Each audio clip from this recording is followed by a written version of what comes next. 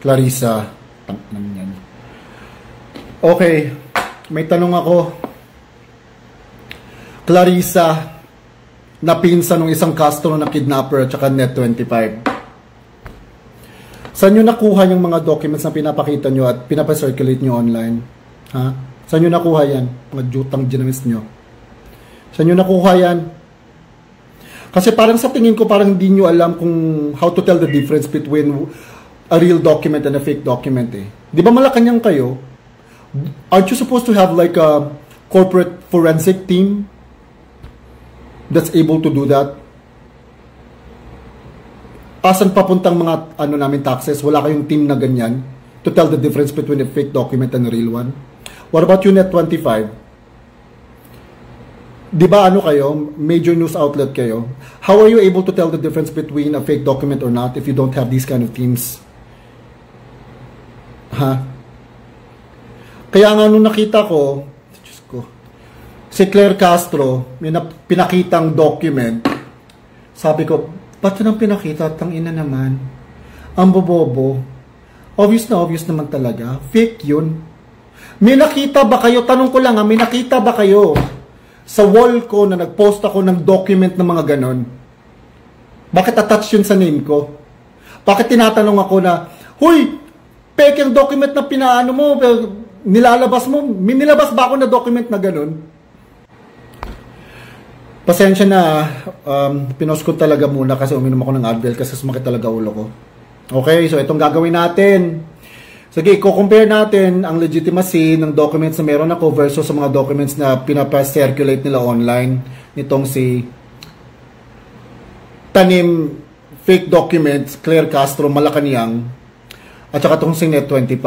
Okay, so let me get things ready for you guys. Magsasalita lang ako tapos i-ready ko lang ang mga documents ko dito. Okay, so sa mga di nakakaalam kasi, ang trabaho ko dito sa Amerika, nasa Legal and Fraud Department ako. So, dito tinatapon sa aking lahat mga documents for verification and forensic verification as well. Naamoy ko kung anong document na peke at saka totoo. Unang glance ko lang sa document na tinitingnan ko, malalaman ko na agad kung peke o hindi. Okay? So, eto na. For soft legal copies kasi na natatanggap ko sa firm, this is how I check it if it's legit or not. So first of all, legal soft copy documents cannot be edited. Okay, dito sa Amerika. It is right protected. It is impossible to edit right protected documents here. Legal right protected documents. So kahit anong gawin mo dyan, hindi mo yun may edit kasi nga naka right protect. So like this one, eto, ha?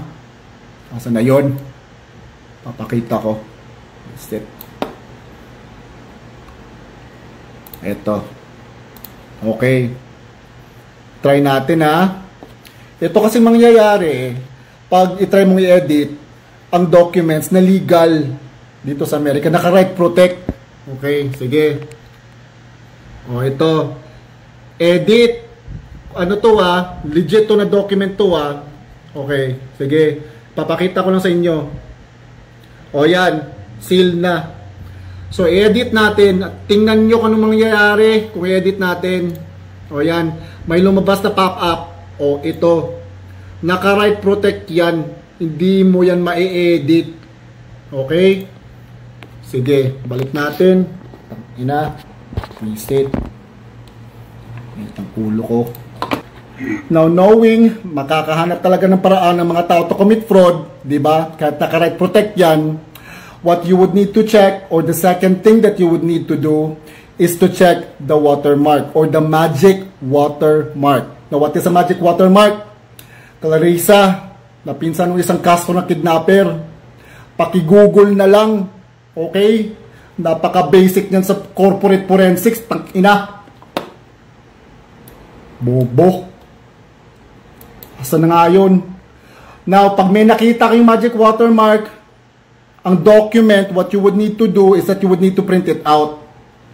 Now, if the document doesn't have the magic watermark, okay, it means that the soft legal copy is legit. It is real. Okay? Now, what am I talking about? Papakita ko sa inyo. Asan yung tutang ina? Okay, ito na. Ito magic watermark Okay. So this is the magic watermark. This is only visible in soft legal copy documents. Okay? Ayan, yan ang watermark. Sa documents nyo, may mga watermark ba? May nakita ba kayo, Net25 at Malacanang, may magic watermark ba? Di ba wala? Okay, that only tells one thing. Kaya nga tinatawag siyang magic watermark, it's because if you're going to print out a legal soft copy, it will disappear. That's one way of telling if it's legit or not. Pag i-print mo, walang watermark, it means that the soft copy that you have is legal and binding. Okay? Like this one, this is what I did. Nakita niyo yung watermark kanina. So this is the sample of the printout. It doesn't have the watermark. Do you see that? Walang watermark, di ba? It means that it's real. It's only visible in the soft copy. Bobo. Tapos, saan na yun? So naturally, pag na-print mo, tapos sumama yung watermark, it means that the soft copy that you have is fake. Kasi sumama ang watermark. Okay? Now, you would need to also check if the watermark is intact. Okay? Na katulad nito. Kasi if it's not intact, it means that they have found a way to break the right protect, of course, and had tampered the document. So, every time you type a letter on a document that has a magic watermark, it degrades the watermark like this one. I'm gonna show you, okay? Ang bobobo. Okay, eto, galing to sa Net25. Ayan, Net25 yan galing yan sa inyo. May watermark ba? Di ba wala? Meron siya, pero it's heavily degraded. It means that this has been tampered with, the right protect has been broken, at may iniba. Nakita nyo yan? That's the trail of the watermark na na-degrade. So nawala ng watermark. Okay? So inedit yan. Ito ang tampered na document na pinost ng Net25. Kasi heavily degraded ang watermark. Again, the watermark is heavily degraded. It means that the right protect has been broken and the document has been tampered with. Malinaw yan Anong bobobo nyo? So now, tell me, Net25, how did you get that document? Where did you get that document from? Better question would probably be, from whom did you get that document from? At magkanong bayad nila sa inyo para i-post yan? The document that you have posted on your page is obviously a tampered document. Do you even know the legal implications of this?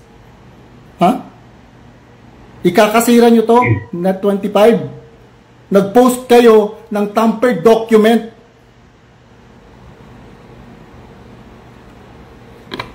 Grabe. Mga major news outlets pa naman kayo. Aren't you supposed to have like a solid corporate forensic team that does this? Wala kayo niyan?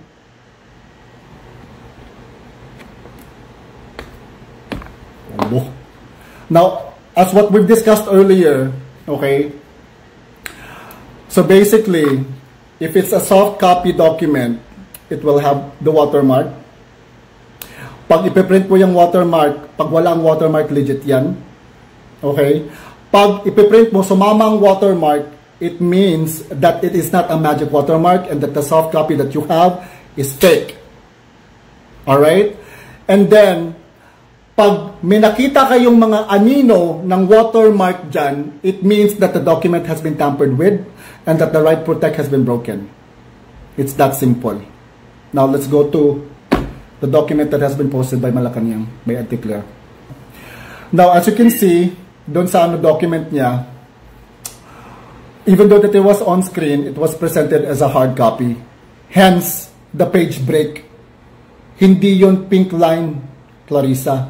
Page break yon. Diyos ko Lord. Okay, as what we've discussed earlier, yun na, di ba? Now, kung yung document na yon, hinand in sa akin sa opisina for verification, hindi ko tatanggapin. Okay? Kasi, walang indentation at walang embossed watermark sa document and there's no legal seal right beside the signature. Hindi ko yung tatanggapin. Ganun lang yung kasimple. Okay? Now, di ko alam kung saan papunta yung mga taxes natin. Bakit puro mga bobo ang nandyan sa loob ng Malacanang? Ito ang team mo, bangag. Nagkadaloko-loko na ang Pilipinas nang umupo yung bangag dyan sa Malacanang. Isa lang namang hingi namin naming mga taong bayan. Gusto namin magpa-hair follicle test ka to know if you are sane to run a country. Hindi ka presidente sa chapel. Presidente ka sa bansa. And what's aggravating about it is that alam ng buong Pilipino na gumagamit ka. Pero hindi sila nagagalit. Bakit konti lang kaming nagagalit nito? If you want to clear your name, hair follicle test. Utak.